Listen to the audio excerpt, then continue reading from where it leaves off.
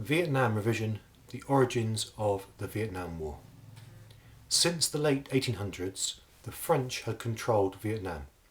It wasn't called Vietnam then, it was called Indochina, and up until World War II, the French had controlled it. During World War II, the Japanese defeated the French. Once Japanese had taken control, some people in Vietnam didn't like it, and one of those people was Ho Chi Minh. Ho Chi Minh formed the Viet Minh, and the Viet Minh were a group of Vietnamese soldiers who used guerrilla tactics to fight back against the Japanese. By the end of World War II, after Japan had been defeated, the Viet Minh and Ho Chi Minh controlled the north of the country. Now, because the war had finished and Japan had been defeated, the French wanted to come back.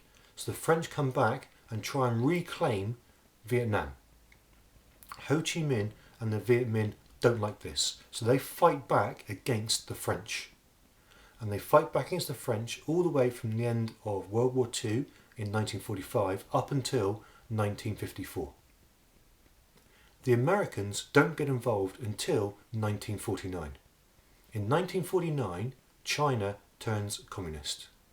And because China has turned communist, the Americans are worried about the domino theory and they're worried about the spread of communism.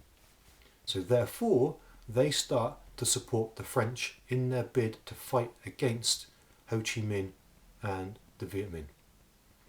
The Americans are giving the French $500 million every year.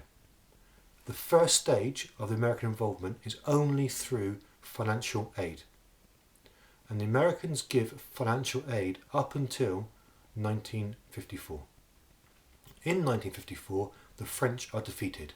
There's a battle at a place called Dien Bien Phu, whereby the Viet Minh and Ho Chi Minh defeat the French.